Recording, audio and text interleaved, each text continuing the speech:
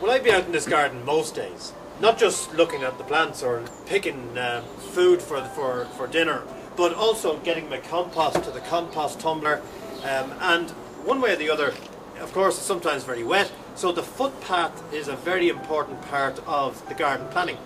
And as I mentioned, when setting out the plots, they're about the size of 2 doors, but really you can measure that inside with a tape measure if you don't have doors.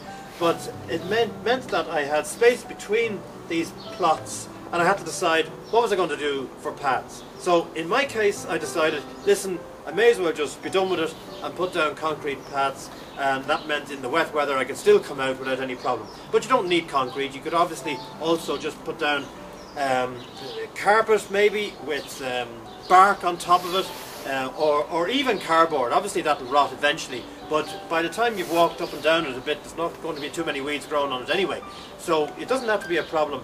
You can also of course get railway sleepers or wooden planks or old wood and make a border for your plots so that your paths are in between those planks. And one thing is, just make sure it's wide enough for your needs. For example, I have a wheelbarrow, and I make sure that the wheelbarrow can fit anywhere on the paths, because obviously if it's manure or compost, I'd need to be carrying stuff around, or seaweed if I'm not too far from the coast from time to time, I'd use in the garden as well.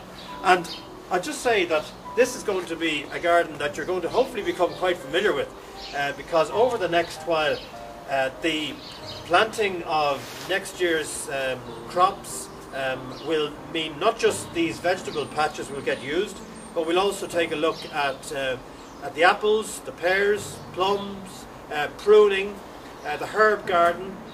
We have black currants, raspberries, there's a patch over here, bay tree, lavender. It doesn't all have to be food, obviously.